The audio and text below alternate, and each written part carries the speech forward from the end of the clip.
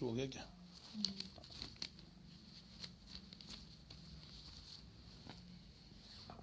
नमस्कार।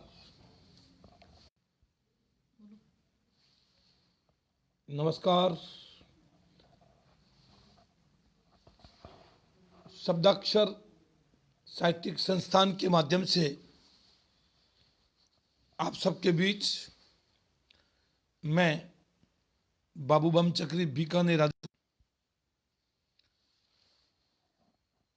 आज मौसम का मिजाज बड़ा विचित्र है, फिर भी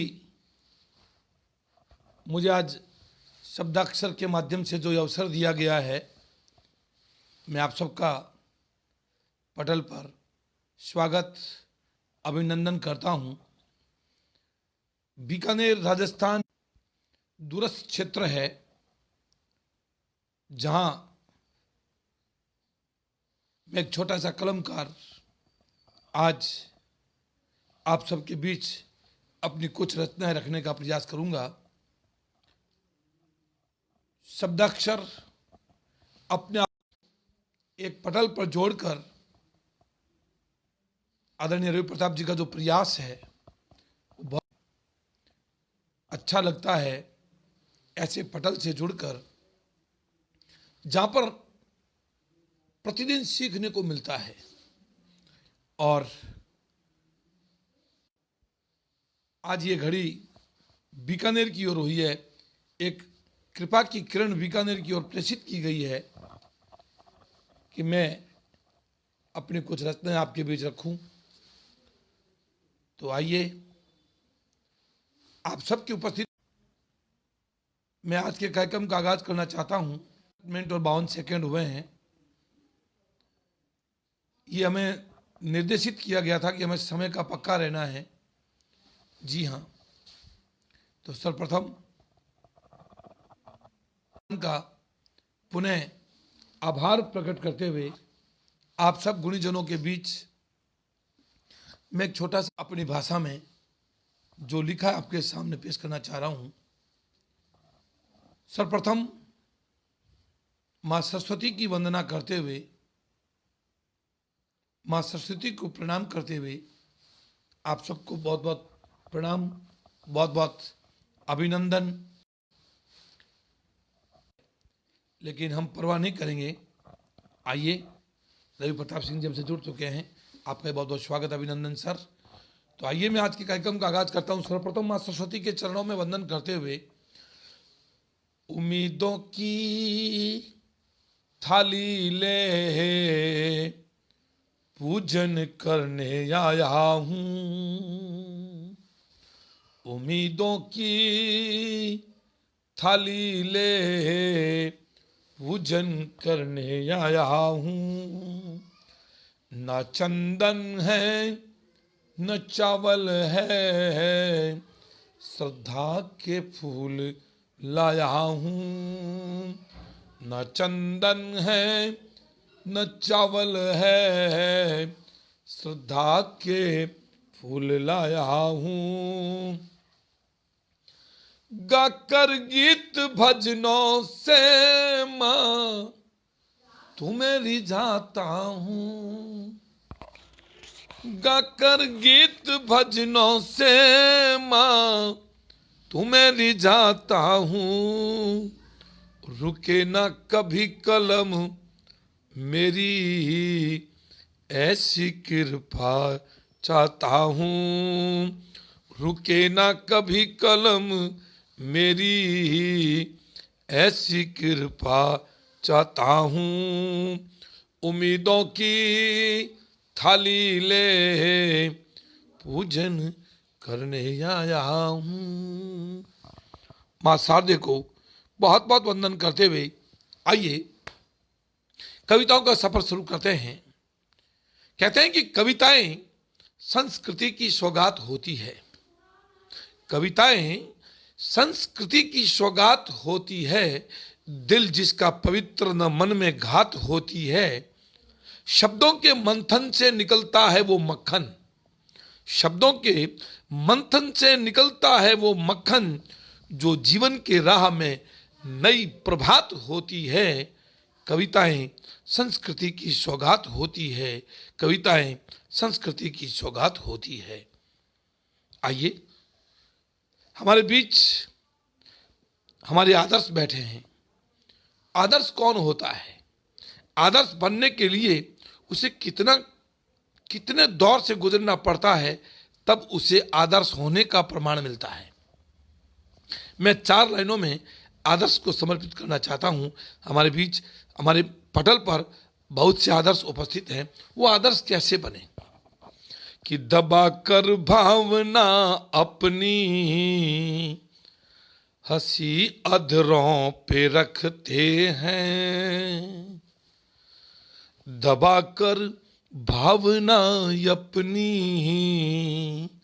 हंसी अधरों पे रखते हैं, गमों की बदरिया छाए मगर सूरज को तकते हैं, गमों की बदरिया छाए मगर सूरज को तकते हैं,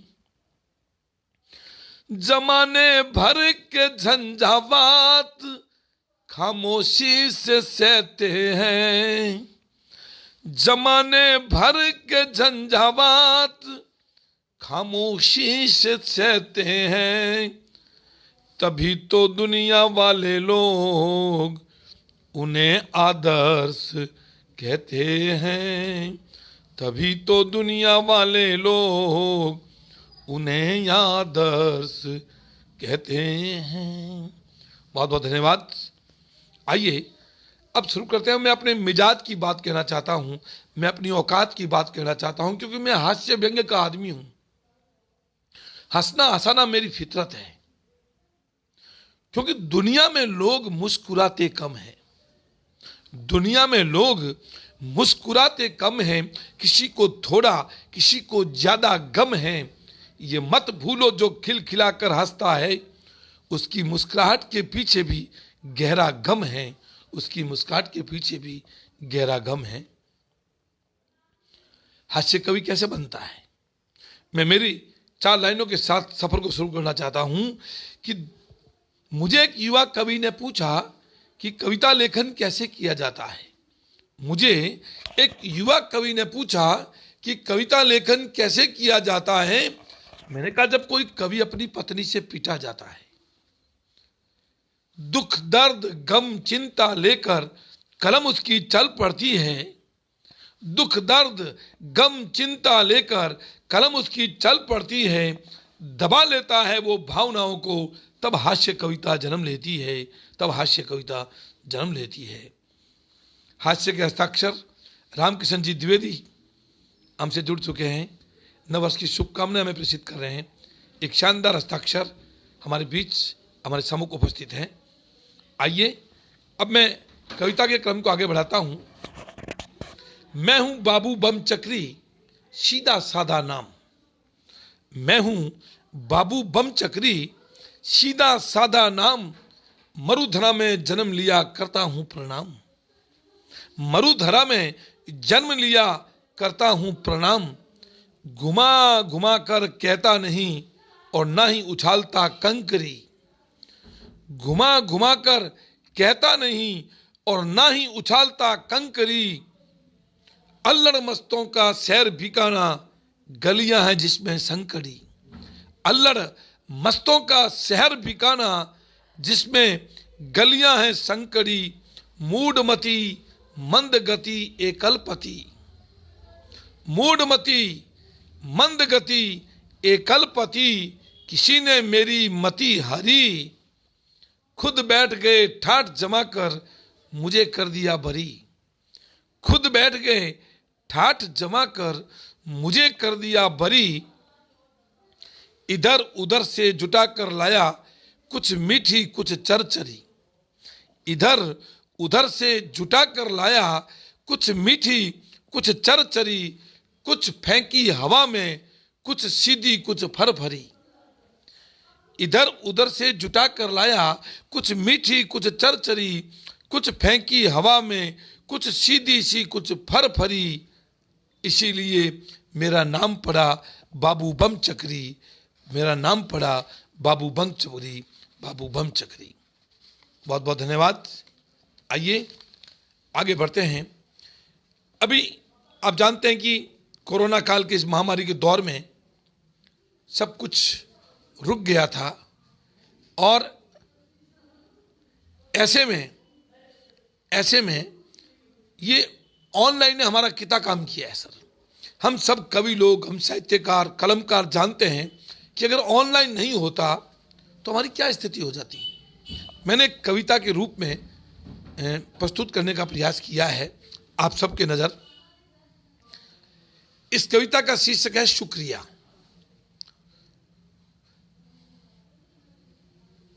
आइए।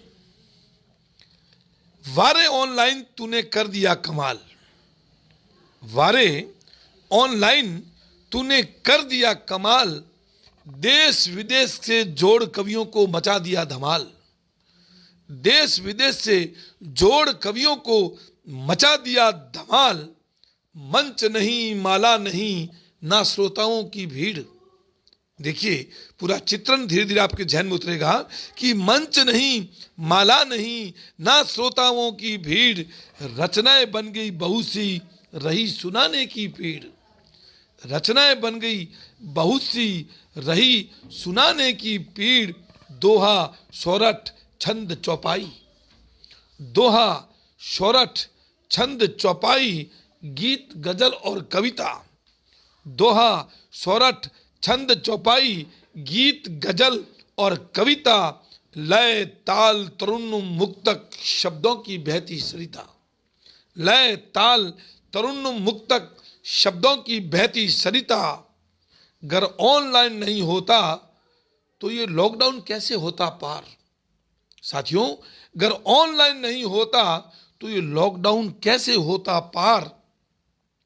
नहीं निकलती भड़ास हमारी गैस बन जाती हमार, नहीं निकलती भड़ास हमारी गैस बन जाती हमार, बन जाती हमार हम कैसे साहित्यिक धर्म निभाते, बन जाती हमार हम कैसे साहित्यिक धर्म निभाते, बिन बोले कैसे रह पाते कैसे समय बिताते, बिन बोले हम कैसे रह पाते कैसे समय बिताते, दौर चाहे कैसे भी हो कविताओं में ना बाधा आए, दौर चाहे कैसे भी हो कविताओं में ना बाधा आए, अमर रहे तू सदा ऑनलाइन हम सब तेरा शुक्रिया जताएं, हम सब तेरा शुक्रिया जताएं, हम सब तेरा शुक्रिया जताएं। ये थी दोस्तों एक रचना ऑनलाइन के माध्यम से।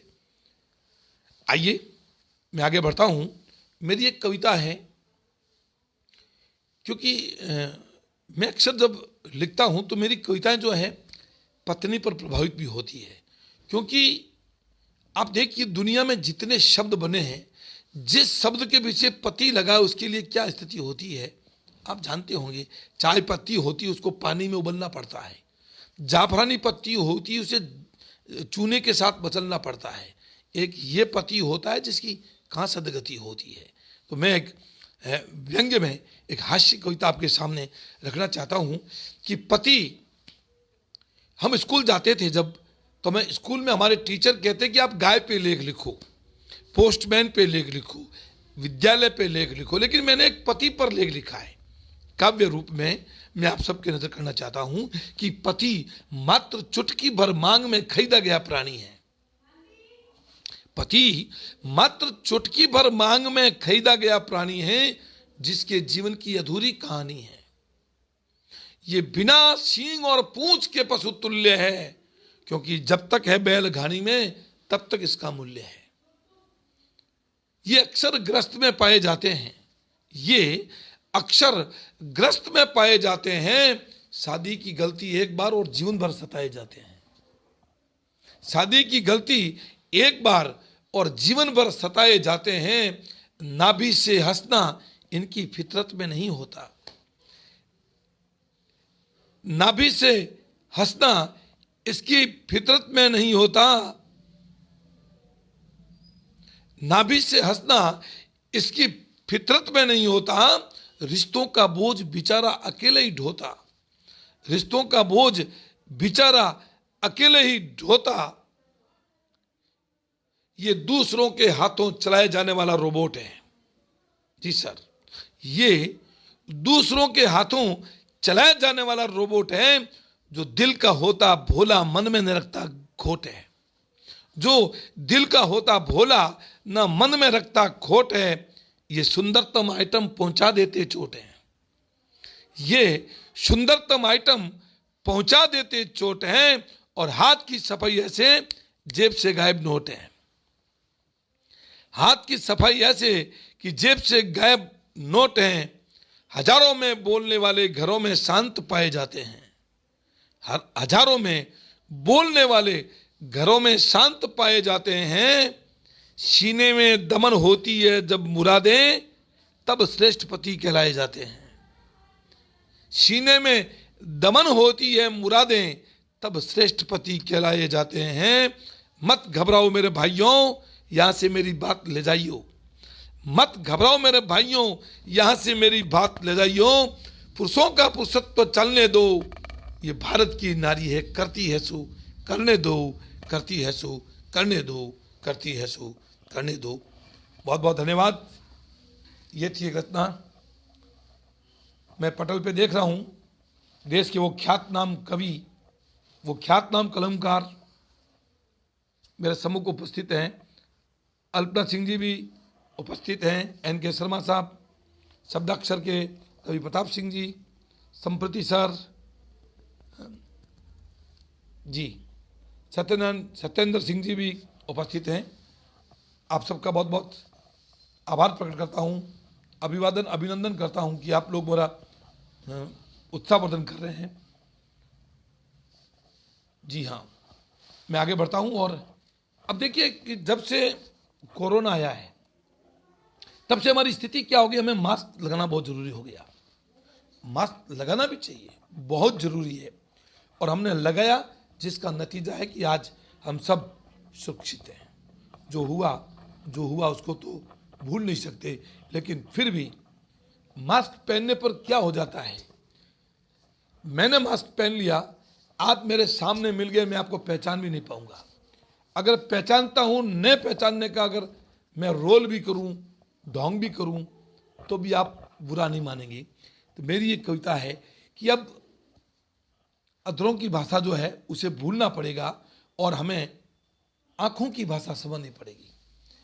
आंखों से मुस्कुराना अब सीख लीजिए, आंखों से मुस्कुराना अब सीख लीजिए। लबों को छोड़ बात इशारों में कीजिए। आंखों से मुस्कुराना अब सीख लीजिए। लबों को छोड़ बात इशारों में कीजिए। दृष्टि बने दिव्य सभी की भाषा जान के। दृष्टि बने दिव्य सभी की भाषा जान के। गमों को छोड़ समझौता बाहरों से कीजिए। गमों को छोड़ समझौता बाहरों से कीजिए। आंखों से मुस्कुराना अब सीख लीजिए। अधरों को गया ढांक ना परवाह कीजिए। अधरों को गया ढांक ना परवाह कीजिए। आंखों से ममता करुणा आह वाह कीजिए। आंखों से करुणा, आंखों से ममता करुणा आह वाह कीजिए। ये दिन भी दिन है, ये भी नहीं रहेंगे। ये दिन भी दिन है, ये भी नहीं रहेंगे। बस आप तो अपनों का ख्याल कीजिए। बस आप तो अपनों का ख्याल कीजिए। आंखों से मुस्कुराना अब सीख लीजिए। आंखों से मुस्कुराना अब सीख लीजिए। आइए मैं अगली कविता की ओर आपको ले चलता हूं। अल्पना सिंह जी वाह वाह लिख रही हैं। तो आइए मैं अपने इस कविताओं के सफर को आगे बढ़ाता हूं। मेरी एक कविता है बेटी पर, कि बेटियां क्या नहीं करती आजकल साहब। वो बेटियां अद्भुत किरदार है सर। परिवार में, हमारे रिश्ते में बेटी जो होती है वो बेटी होती है सर। ये बेटियां हैं जो माँ बाप के लिए ताज ला के देती है। अच्छे क्रम के माध्यम से, अपने अच्छे अध्ययन से, अपने अध्यक्रमशील के प्रभाव से बेटियां क्या नहीं करती सर। तो मेरी एक रचना जो है मैं बेटियों के बीच लिखना चाहता हूं कि मुझे फक्र है कि मैं बेटियों का पिता हूं। मुझे फक्र है कि मैं बेटियों का पिता हूं, और कोई कैसे जिए मैं शान से जीता हूं। ऑफिस से थका हारा जब घर आता हूं, बेटी के हाथ का एक गिलास पानी रिफ्रेश हो जाता हूं, और कोई कैसे जिए मैं शान से जीता हूं। दिन भर का टेंशन जब सिर पर लाता हूं, दिन भर का टेंशन जब सिर पर लाता हूं, टूटता है बदन मेरा अधर हो जाता हूं। टूटता है बदन मेरा अधर हो जाता हूं, पड़ती है मेरे चेहरे का पसीना। बेटी अद्भुत है सर। पड़ती है मेरे चेहरे का पसीना, मैं सुख का समुद्र हो जाता हूं। मुझे फक्र है कि मैं बेटियों का पिता हूं। नहीं जरूरत उसे किसी की, सच ये बतलाता हूं। नहीं जरूरत इसे किसी की, सच ये बतलाता हूं। जब भी खेलूं उसके संग में मैं उत्सव सा मनाता हूं। जब भी खेलूं उसके संग में मैं उत्सव सा मनाता हूं। देर से क्यों आए पूछे कोई परवाह नहीं। देर से क्यों आए कोई पूछे मुझे परवाह नहीं, और बेटी पूछे तो मैं निरुत्तर हो जाता हूं। मुझे फक्र है कि मैं बेटियों का पिता हूं, और कोई कैसे जिए मैं शान से जीता हूं। मैं शान से जीता हूं। वतन की आबो हवा देख घबरा जाता हूं। वर्तमान में हम देखें क्या बहन बेटियों की दुर्दशा हो रही थी। हमारे बीच हमारी बहन बेटियां सुरक्षित नहीं है साहब। तो उसको लिखकर मैंने कही थी। उससे पहले मेरी 2 लाइनें कहना चाहता हूं कि मुझे उस दिन जमकर झूमूंगा और सजा लूंगा दरबार। उस दिन जमकर झूमूंगा और सजा लूंगा दरबार। बिना दुष्कर्म के छपेंगे जब हिंद के अखबार। बिना दुष्कर्म के छपेंगे जब हिंद के अखबार। इसी लाइनों को प्रभावित होकर मैं आगे बढ़ता हूं कि वतन की आबो हवा देख मैं घबरा जाता हूं। वतन की आबो हवा देख मैं घबरा जाता हूं। टीवी पर खबरें दुष्कर्म की, कमरे से बाहर आता हूं। टीवी पर खबरें दुष्कर्म की, मैं कमरे से बाहर आता हूं। वैसीपन की हद हो गई सोच शर्माता हूं। वैसीपन की हद हो गई सोच शर्माता हूं। और लिपट कर बेटी पूछे ऐसा क्यों, लिपट कर बेटी पूछे ऐसा क्यों, तो मैं पसीने से तरबतर हो जाता हूं। बेटी के हाथ का एक गिलास पानी मैं रिफ्रेश हो जाता हूं। मैं रिफ्रेश हो जाता हूं। बहुत बहुत धन्यवाद। हमारे बीच कलकत्ता से गोपी किशन जी जोशी जुड़ चुके हैं, पिंकी जोशी जुड़ चुकी हैं, ये पवन जोशी, कन्हैयालाल जोशी निरंतर हमसे जुड़े हुए हैं। हम आपका भी बहुत बहुत अभिनंदन करते हैं। निश्चित रूप से आप सबका मैं बहुत आभारी हूँ। आप मेरा हौसला अफजाई कर रहे हैं। देश के ख्यातनाम कलमकारों को जब सामने देखकर पढ़ने का मन करता है। रवि प्रताप सिंह जी का मैं पुनः आभार प्रकट करता हूँ। आइए मैं आगे बढ़ता हूँ और एक और हास्य कविता से आपको जोड़ने का प्रयास करता हूँ कि एक बार नोटबंदी का दौर हुआ था। नोटबंदी हुई, नोटबंदी जब हुई तब कवियों को बहुत टॉपिक मिल गया था कि कुछ कविताएं बनाई जा सकती हैं। उसी सफर की मेरी एक कविता है कि उस रात मेरे पत्नी के सत्यवती होने का सबूत सामने आया। उस रात मेरे पत्नी के सत्यवती होने का सबूत सामने आया जब उसने 1500 से भरा गल्ला मेरे सामने सरकाया। जब उसने 1500 से भरा गल्ला मेरे सामने सरकाया, मैंने कहा अरे ये तू कहां से उठा कर लाई? मैंने कहा अरे ये तू कहां से उठा कर लाई? वो लाजवंती थोड़ा शर्माई, थोड़ा घबराई। वो लाजवंती थोड़ा शर्माई, थोड़ा घबराई। जीवन में पहली बार वो नम्रता से बोली, हे मेरे प्रियतम। वो पहली बार बोली कि हे मेरे प्रियतम, हंसी में मत उड़ाना, मैं हूं तेरी हमदम। हंसी में मत उड़ाना, मैं हूं तेरी हमदम। अकड़ कर मैंने बोला ये जादू कैसा रचाया है। अकड़ कर मैंने बोला ये जादू कैसा रचाया है। ठाले बैठे रहकर ठसा ठूस ये बटुआ कैसे भर पाया है। ठाले बैठे रहकर ठसा ठूस ये गल्ला कैसे भर पाया है।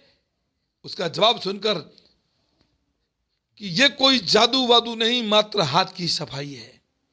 ये कोई जादू वादू नहीं, मात्र हाथ की सफाई है। ये काला पीला कोई धन नहीं, आपके बाजुओं की कमाई है, आपके बाजुओं की कमाई है। आइए एक और कविता से जोड़ने का प्रयास करता हूं। जब भी मैं आईना देखता हूं, गत दिनों एक दिमाग में लाइन घूमी कि भाई ये बाल जो है अब धीरे धीरे सफेद होने लग गए हैं। इसी को देखते हुए कि लगता है जवानी सरक रही है। सबकी कथा मैं कहने जा रहा हूं कि लगता है, पवन कुमार सूरज जी लिख रहे हैं, वाजीवाद नोटबंदी पर हास्य। अच्छा व्यंग्य रामकृष्ण जी द्विवेदी लिख रहे हैं सर कि लगता है जवानी सरक रही है, ये कांच की दीवार दरक रही है। लगता है जवानी सरक रही है, ये कांच की दीवार दरक रही है। बालों का कालापन, दांतों का धवलापन। बालों का कालापन, दांतों का धवलापन। 55 में लड़कपन और सीने में धड़कपन। 55 में लड़कपन और सीने में धड़कपन। काया की तुम्बी तड़क रही है, लगता है जवानी सरक रही है। लगता है जवानी सरक रही है। चेहरे का तेज, अपनों का क्रेज। चेहरे का तेज, अपनों का क्रेज। आत्मीयता सने और हिलोरे लेता हेज। आत्मीयता सने हिलोरे लेता हेज। कभी नींव थी मजबूत, अब लचक रही है। कभी नींव थी मजबूत, अब लचक रही है। लगता है जवानी सरक रही है। लगता है जवानी सरक रही है। मौन बना गहना, मौन बना गहना, आदत बनी सेना। मौन बना गहना, आदत बनी सेना। विचारों का प्रवाह बहना, बस अपनी में रहना। विचारों का प्रवाह बहना, बस अपनी में रहना। औलाद हुई बड़ी, बेवजह झड़क रही है। औलाद हुई बड़ी, बेवजह झड़क रही है। लगता है जवानी सरक रही है। लगता है जवानी सरक रही है। और अंतिम बंद देखें कि वो रुतबे भरी आवाज, वो रुतबे भरी आवाज, अब ढीले हो गए साज। वो रुतबे भरी आवाज, अब ढीले हो गए साज। किस पर करे नाच, हर एक निकला चालबाज। अब किस पर करे नाज, हर एक निकला चालबाज। अंदर खोखलापन, चेहरे पे जाती चमक रही है। लगता है जवानी सरक रही है। लगता है जवानी सरक रही है, ये कांच की दीवार दरक रही है, ये कांच की दीवार दरक रही है। बहुत बहुत धन्यवाद सर। आइए मैं आपको और रचना के संसार से जोड़ता हूँ। मेरी कुछ और रचनाएं आपके बीच रखना चाहता हूँ। मेरी एक कविता है जिसका शीर्षक है अजब घटना। मेरे मित्र के जीवन में एक अजब घटना घट गई। मेरे मुमताज जी ने अच्छा लिखा है, गोपी किशन जी जोशी निरंतर हमसे जुड़े हुए हैं, कन्यालाल जोशी भी कंटिन्यू, पिंकी जोशी भी जुड़ी हुई है, अनीता जी, अनिल शर्मा जी हमसे जुड़े हैं। वाह। तो मेरी एक कविता है सर। मैं एक बात हमेशा कहता हूं सर, हंसना मुस्कुराना आदमी का जीवन का हिस्सा होना चाहिए सर।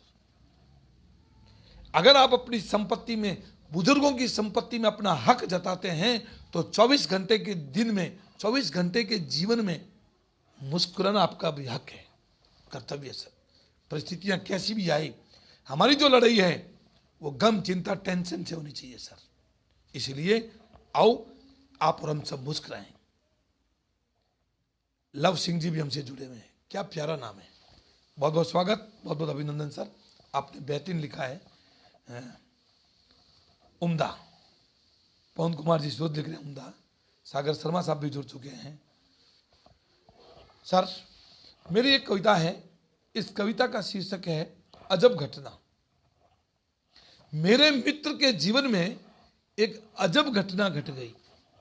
मेरे मित्र के जीवन में एक अजब घटना घट गई। बधाई संदेश की जगह श्रद्धांजलि में फोटो छप गई। बधाई संदेश की जगह श्रद्धांजलि में फोटो छप गई। सवेरे से ही मोबाइल की घंटी घनघनाए, सवेरे से ही मोबाइल की घंटी घनघनाए। कैसे हुआ, क्या हुआ, मित्र समझ न पाए। कैसे हुआ, क्या हुआ, मित्र समझ न पाए। चर्चा चली आपस में और बन गई जंगल आग। चर्चा चली आपस में और बन गई जंगल आग। खुश हो रहे मेरे जैसे जिनमें वो रुपए रहा था मांग। खुश हो रहे मेरे जैसे जिनमें वो रुपए रहा था मांग। कुछ मेहरबानों की कृपा से बात परवान चढ़ गई। कुछ कृपालुओं की कृपा से बात परवान चढ़ गई। हार्ट प्रॉब्लम, डेंगू, मलेरिया आदि की अफवाहें चढ़ गई। हार्ट प्रॉब्लम, डेंगू, मलेरिया आदि की अफवाहें जड़ गई। हम मित्र मुंह लटकाए पहुंचे उसके घर। हम मित्र मुंह लटकाए पहुंचे उसके घर। द्वार खोलकर आया सामने, वो जिंदा हम गए मर। वो जिंदा हम गए मर। वो जिंदा हम गए मर। आइए सर आगे बढ़ते हैं और मैं आपको हमारे क्षेत्र में बीकानेर शहर एक ऐसा शहर है, अल्लड़ बस्ती में जीने वाले लोग, रात को जागने वाला शहर है। भुजिया, पापड़, रसगुल्लों के लिए प्रसिद्ध ये शहर है। ये वो शहर है जिस शहर में हर संप्रदाय के लोग रहते हैं, लेकिन आपसी भाईचारा, प्रेम, प्यार का प्रतीक शहर है। इस शहर में अनेक कलमकार हुए हैं जिन्होंने इस क्षेत्र का गौरव बढ़ाया है। बीकानेर का प्रथम लहराया आदरणीय भवानी शंकर जी व्यास विनोद, लक्ष्मीनारायण जी रंगा साहब ऐसे वरिष्ठ कलमकार हुए हैं। इनके लिखे हुए लेख, इनके लिखे नाटक, इनकी लिखी रचनाएं बच्चों के पाठ्यक्रम की पुस्तकों में भी आई है। हमारा बीकानेर गर्व करता है, गौरव करता है। बीकानेर एक ऐसा शहर है, हर त्योहार का आनंद लेते हैं। होली का त्योहार जब आता है तो बीकानेर में अल्लड़ मस्ती होती है। बीकानेर के लोग वेश बदल कर होली का आनंद लेते हैं। दीपावली आए तो दीपावली का आनंद लेते हैं। हर त्योहार में आनंद लिया जाता है सर। मैं होली की एक झलक आपको लेना चाहता हूं कि बीकानेर प्रसिद्ध शहर है। वो साजन भी कैसा साजन जो न खेले होली रे, वो साजन भी कैसा साजन जो न खेले होली रे, वो होली भी कैसी होली, वो होली भी कैसी होली, हसीना ठिठोली रे, सजना चलना है, ओ सजना चलना है, मुझे बीकानेर की होली देखने, सजना चलना है। रंग चढ़े ना रौनक आए, वो कैसा हम जोली रे, रंग चढ़े ना रौनक आए, वो कैसा हम जोली रे, ऐसे बलम को क्या सिर फोड़े, ऐसे बलम को क्या सिर फोड़े, जो खेले ना होली रे, सजना चलना है, ओ सजना चलना है, मुझे बीकानेर की होली देखने, सजना चलना है। ये था बीकानेर का परिचय। आइए, बीकानेर में हर जगह होता है, जब घरों में विवाह संस्कार होते हैं तो हमारे सगा और सगी, ब्यान जी और ब्यान जी, वर पक्ष और वधु पक्ष दोनों के जो व्यक्ति होते हैं, इधर हम सगा सगी कहते हैं, संबंधी भी कहते हैं। तो मेरा एक गीत जो है, प्रसिद्ध गीत है, मैं आप सबके बीच रखना चाहता हूँ कि सगे जी की सुंदरता पे सगी हुई दीवानी रे, रिश्तेदारों में बात फैल गई, फिर से आई जवानी रे, फिर से आई जवानी रे, फैशन में दोनों यूं उलझे, नहीं उम्र का ख्याल रे, फैशन में दोनों यूं उलझे, नहीं उम्र का ख्याल रे, व्हाट्सएप पर बातें होती, मोबाइल कमाल रे, पोते नाती सब समझाते, पोते नाती सब समझाते, इनके समझन आनी रे, सारे शहर में खबर फैल गई, फिर से आई जवानी रे, फिर से आई जवानी।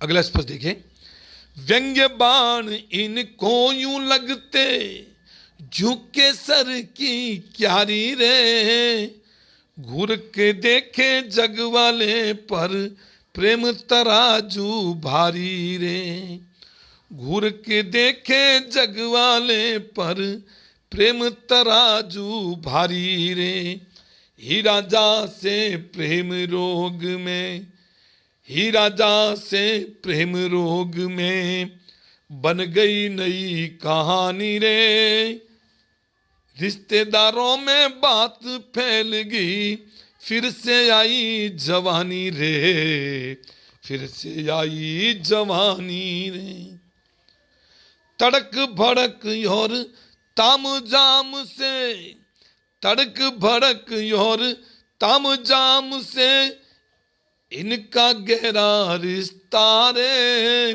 तड़क भड़क और ताम जाम से, इनका गहरा रिश्ता रे, सगी जी के उजड़े चमन में आया कोई फरिश्ता रे, अरे मीठी मीठी बातों से, अरे मीठी मीठी बातों से,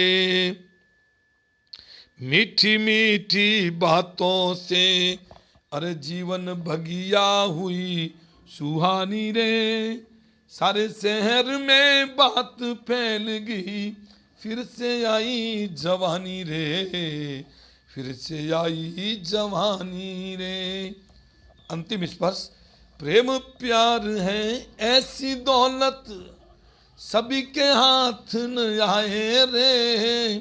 प्रेम प्यार है सभी, प्रेम प्यार है ऐसी दौलत सभी के हाथ न आए रे। करने वाले खुल करेंगे दिल अपना क्यों जलाए रे। करने वाले खुल करें क्यों अपना दिल जलाए रे। धीरज धर ले, धीरज धारण कर ले बाबू, धीरज धारण कर ले बाबू, ये खुशी तुझे हाथ ना आनी रे। सारे शहर में बात फैल गई फिर से नई कहानी रे। फिर से नई कहानी रे, फिर से आई जवानी रे। बहुत बहुत धन्यवाद सर, बहुत बहुत धन्यवाद। आप सबके कमेंट्स मेरा उत्साहवर्धन कर रहे हैं। वाह। गजेंद्र जी नाटा साहब लिख रहे हैं कि सगा सगी के माध्यम से दाम्पत्य जीवन जीने का तरीका बताती है। आपका ये गीत बहुत खूब, प्रणाम सर। पवन कुमार सूरज साहब लाजवाब लिख रहे हैं। गोपी किशन जी जोशी बेहतरीन लिख रहे हैं। सुभाष जी मिश्रा, मोहन दुबे सर लिख रहे हैं हास्य व्यंग्य के कवि बाबू बमचक्री बीकानेर राजस्थान से लाइव देखें सर। आइए मैं आपको एक और हास्य कविता से जोड़ना चाहता हूं। मेरी ये कविता जो है ये एक अपने आप में थोड़ी विलग कविता है, क्योंकि कवि जो होता है ना वो कोई रचना लिख लेता है तो उसको जब तक वो नहीं सुनाए तब तो उसके बस की बात नहीं। रचना लेखन बाद कवि को हो जाती है गैस। रचना लेखन बाद कवि को हो जाती है गैस। किसे पढ़ाएं किसे सुनाएं भले ना उसका सेंस, लेकिन रचना लेखन बाद कवि को हो जाती है गैस। और कवि रचना सुनाने के लिए क्या क्या यत्न नहीं करते सर। कवि सम्मेलन कहाँ नहीं होते। चौपाल में कवि सम्मेलन, चौक में कवि सम्मेलन, पाटों पर कवि सम्मेलन, मंदिर में कवि सम्मेलन, धर्मशालाओं में कवि सम्मेलन, हॉलों में कवि सम्मेलन, सब जगह कवि सम्मेलन। लेकिन मेरी एक कविता है, इसका शीर्षक है कविताओं का जुनून। मैं छोटा सा कलमकार आप सबके बीच मेरी ये रचना रखकर इसको पवित्र करना चाहता हूं कि चढ़ा जुनून कविता गजल शायरी और कलाम में। हाँ सर, साहित्यिक जगत में तीन तरह के लोग होते हैं सर। एक शायर होता है, एक लेखक होता है और एक कवि होता है।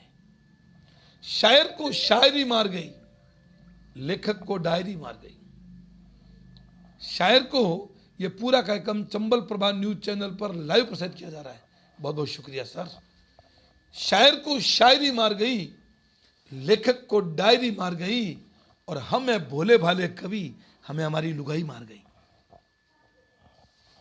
एक कविता मैं आपके बीच रखना चाहता हूं कि कविताओं का जुनून। चढ़ा जुनून कविता गजल शायरी और कलाम में एक दिन आयोजन कर डाला मरघट कब्रिस्तान में। एक दिन आयोजन कर डाला मरघट कब्रिस्तान में। ठंडी रात्रि कविता गर्म, दोनों के मध्य खड़ा धर्म। ठंडी रात्रि कविता गर्म, दोनों के मध्य खड़ा कर्म। मन में रचावा भरम, कविता हमारी परमो धर्म। मन में रचावा भरम, कविता हमारी परमो धर्म। कवियों की संख्या ज्यादा, श्रोताओं की कम। कवियों की संख्या ज्यादा, श्रोताओं की कम। चीख चीख के पढ़ रहे, ना एक दूजे से थे हम कम। चीख चीख कर पढ़ रहे, ना एक दूजे से थे हम कम। आधे करते वाह वाह, आधे करे इरसाद। आधे करते वाह वाह और आधे करे इरसाद। गजब का मुशायरा हमेशा रहेगा याद। गजब का मुशायरा हमेशा रहेगा याद। एक युवा शायर ने पढ़ा, बुजुर्ग शायर जाग गया। एक युवा शायर ने पढ़ा, और बुजुर्ग शायर जाग गया। क्या पढ़ रहा है बेटा? रदीफ काफिया खा गया। क्या पढ़ रहा है बेटा? रदीफ काफिया खा गया। हम तो जान से विदा हुए, अब क्यों जुर्म ढा रहे हो? गाओ तो अच्छा सा गाओ, बेढंगा क्यों गा रहे हो? गाओ तो अच्छा सा गाओ, बेढंगा क्यों गा रहे हो? मंच सजा था मस्ताना, रोशनी दुधिया में नया। मंच सजा था मस्ताना, रोशनी दुधिया में नया। और कवि सम्मेलन के बाद में हम सभी को गया नहलाया। ठंडी गरम पेश हुई भरकर प्याली नारी, ठंड में थर्राते मंचस्थ दया आ गई भारी। ठंड में थर्राते मंचस्थ दया आ गई भारी, ठंडी गरम पेश हुई भरकर प्याली न्यारी। ना दुसाला ना थी माला और ना ही विशेष मेहमान। ना दुसाला ना थी माला और ना विशेष मेहमान। वीरानी सी रहने वाली झूम उठी शमशान। वीरानी सी रहने वाली झूम उठी शमशान। जो कभी हुआ नहीं रच डाला इतिहास, युगों युगों से जो तरस रहा ये आयोजन रहा खास। युगों युगों से जो तरस रहा ये आयोजन रहा खास। तम के अंधियारे में ज्ञान चक्षु रह गए मौन। तम के अंधियारे में ज्ञान चक्षु रह गए मौन। तम के अंधियारे में ज्ञान चक्षु रह गए मौन। दंभ में भरकर बोल रहा आखिर में तू कौन? दंभ में भरकर बोल रहा आखिर में तू कौन? आखिर में तू कौन ये व्यर्थ का ही बकना था। आखिर में तू कौन ये व्यर्थ का ही बकना था। हुआ ना होगा ये मात्र ख्यालों भरा सपना था। ये मात्र ख्यालों भरा सपना था। बहुत बहुत धन्यवाद सर, बहुत बहुत धन्यवाद। मेरी एक और कविता जिससे मैं आपको जोड़ना चाहता हूं कि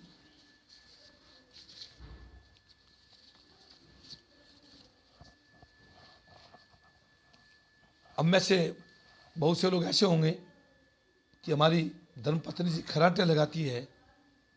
खराटे बड़ी खतरनाक होते हैं सर, और जिसकी पत्नी खराटे लगे उसकी क्या स्थिति होती है।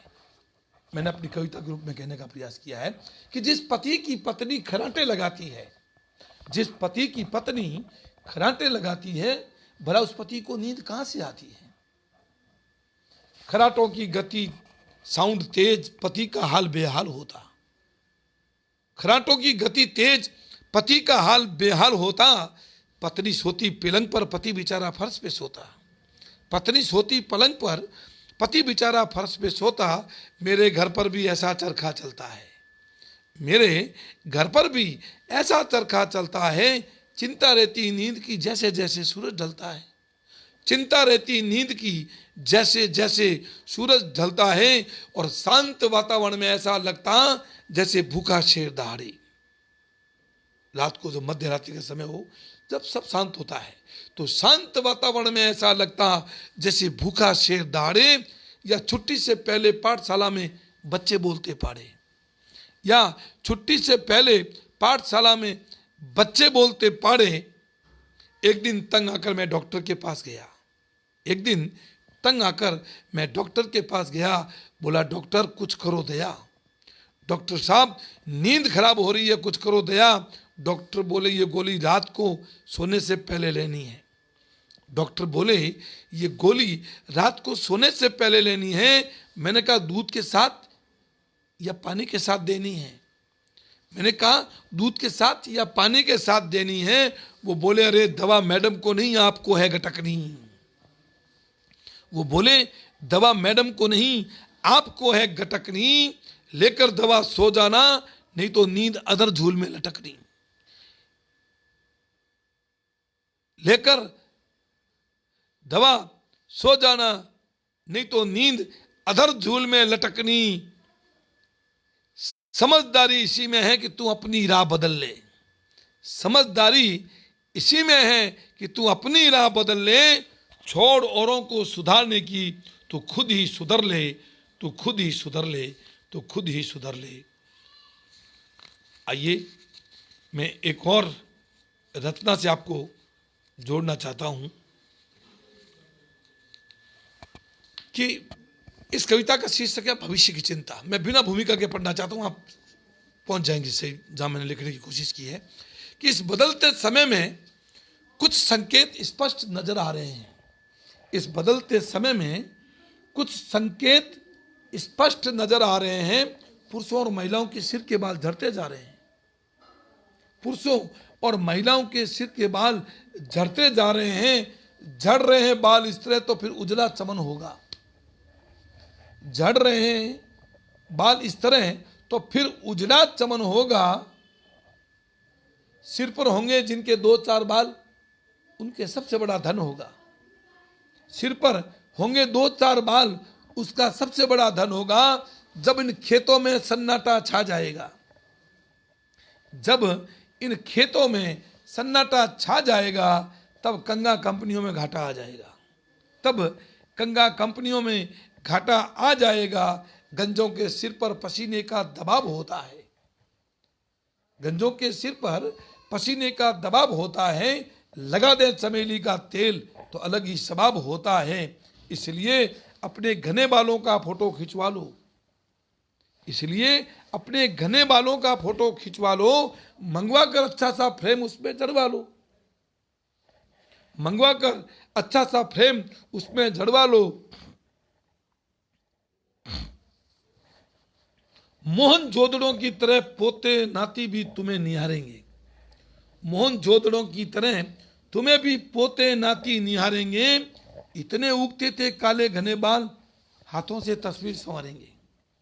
इतने उगते थे काले घने बाल, हाथों से तस्वीर संवारेंगे।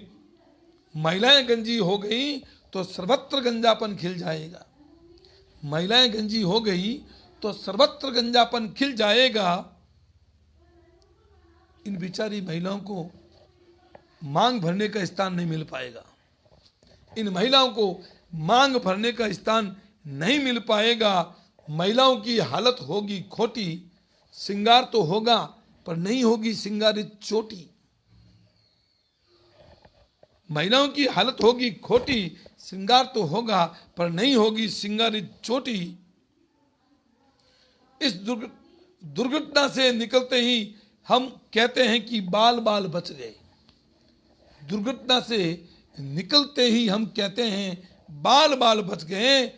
तब हम कहेंगे बाल बाल तो उड़ चले, हम तो बच गए। बाल बाल तो उड़ चले, हम तो बच गए। हम तो बच गए, हम तो बच गए। बहुत बहुत धन्यवाद। समय निश्चित रूप से हो रहा है। कहते हैं कि समय की जिसने कदर की है, समय उसकी कदर करता है। जिसने समय की कदर नहीं की, समय उसकी कतई कदर नहीं करता। तो अब मैं चलते चलते आपको एक रचना और सुनाकर और अपने इस काव्य धारा को विराम देना चाहूँगा, क्योंकि आदरणीय रवि प्रताप सिंह जी बहुत अनुशासनशील व्यक्ति हैं। शब्दाक्षर में आप निरंतर इतना प्रयास कर रहे हैं। मैं आपकी कार्य प्रणाली के बारे में जब सुनता हूँ तो अपने आप को बहुत गौण मानता हूँ कि सर इतनी मेहनत करते हैं। इतनी मेहनत के साथ देश के कोने कोने से उन सभी वरिष्ठ कलमकारों को, साहित्यकारों को एक सूत्र में पिरोने का प्रयास करते हैं, उनसे जोड़ते हैं। और आज मैं बहुत गदगद हूँ, अपने आप को बहुत गौरवान्वित महसूस करता हूँ कि आपने इस शब्दाक्षर की जो एक किरण है, आपने हमारी ओर प्रेषित करके हमें इस पटल पे मौका दिया है। मैं निशब्द हूँ सर आपके इस आभार के लिए। मैं पूरी शब्दाक्षर साहित्यिक संस्थान का पूरा आभार प्रकट करता हूँ। और चलते चलते मैं अपनी एक रचना जरूर रखना चाहूँगा कि वर्तमान में आदमी क्या हो गया है, कैसे आदमी है। साधारण सी बात आप समझ जाएंगे। मेरे देश की दशा को ये क्या हो गया, मेरे देश की दशा को ये क्या हो गया। घुर्रा रहे दरिंदे इंसान सो गया। घुर्रा रहे दरिंदे इंसान सो गया, भीख मांगे आबरू दरिंदों से, भीख मांगे आबरू दरिंदों से, उजाड़ दिए घर परिंदों के, दूषित हवा ने मरियल बनाया देश को, रहें अपनी हद में ना छोड़े परिवेश को। लुट गया अपनत्व भाईचारा खो गया, लुट गया अपनत्व भाईचारा खो गया, जाने कहाँ पे प्यारा सा आदमी खो गया, जाने कहाँ पे प्यारा सा आदमी खो गया। इस जमाने में क्या से क्या हो गया है आदमी, हो गया है आदमी, जाने कहाँ पे खो गया प्यारा सा आदमी। गिरगिट की तरह रंग बदलता है आदमी, गिरगिट की तरह रंग बदलता है आदमी, सांप की तरह जहर उगलता है आदमी, गधे की तरह बोझ ढो रहा है आदमी, भेड़ की तरह सुना सो रहा है आदमी, जिंदा है आदमी, जिंदा है आदमी, पर जमीर खो गया, जाने कहाँ पे प्यारा सा आदमी खो गया, आदमी खो गया, आदमी खो गया। बहुत बहुत धन्यवाद। पुणे सभी कलमकारों का, वरिष्ठ कवि कवित्री बहनें और पटल पे जुड़े आप सबका मैं हृदय से आभार प्रकट करता हूँ, अभिवादन करता हूँ, अभिनंदन करता हूँ। और पुणे मैं रवि प्रताप सिंह जी का आभार प्रकट करता हूँ, जिन्होंने हमें आज इतने शानदार पटल पर अपनी कुछ रचनाएं एक नन्हे से कलमकार को जो कुछ नहीं जानता लिखना जान रहा है, लिखने का प्रयास कर रहा है, और आपने ये पटल सौंपकर 1 घंटे का जो मुझे मौका दिया है, मैं दिल की गहराइयों से आपका बहुत बहुत अभिनंदन करता हूँ। आदित्य जी हमसे जुड़े हैं, तारक दत्त सिंह जी हमसे जुड़े हैं, आपका भी बहुत बहुत स्वागत। वाह, बहुत खूब। मुतंजय जी झा मैथिल, अति सुंदर रचना कविवर, बहुत बहुत आभार सर। पवन कुमार सूरज जी निरंतर हमसे जुड़े हुए हैं। शब्दाक्षर, जी हाँ, मैं समय हो चुका है, मैंने काव्य पाठ की इस प्रवाह को प्रारंभ किया तब कहा था कि 7:59 और 52 सेकेंड हुए हैं, और अभी मैं देखता हूँ तो 8:58 हुए हैं। अभी मैं 1 मिनट में अपनी बात समाप्त करना चाहता हूँ कि आप सबका मैं शुक्रिया अदा करता हूँ। एक शानदार पटल पर मैंने अपनी इन रचनाओं को पढ़कर अपनी रचनाओं को पवित्र किया है। कैसा पढ़ा है मैंने, रचना आपको कैसी लगी है, इसका तो मुझे आप सब जब बताएंगे तब पता लगेगा, लेकिन मुझे बहुत अच्छा लगा। आप सब गुणीजनों के बीच में मैं अपनी कविताएं पढ़ पाया, अपनी बात कह पाया, अपने मन की बात, अपने दिल की भड़ास ही कहूँगा, क्योंकि कभी जब शब्दों का बाउंडर बन जाता है, काव्य रूप ले लेता है, तो फिर उसकी इच्छा होती है कि मैं सुनाऊंगा, और नहीं सुनाए तो उसकी स्थिति बड़ी देखनी हो जाती है। और आदरणीय गजेंद्र नाटा साहब लिखते हैं, शानदार रचना, आनंद आ गया। शुक्रिया रवि भाई को आपसे जुड़ने का मौका। वाह सर, वाह, मैं निशब्द हूँ सर आपके इस प्रेम से, आपके इस स्नेह से। सच गुणीजन बड़े लोग जो होते हैं, हमारे जो आदर्श होते हैं, जब पीठ थपथपाते हैं और ऐसे शब्दों में जब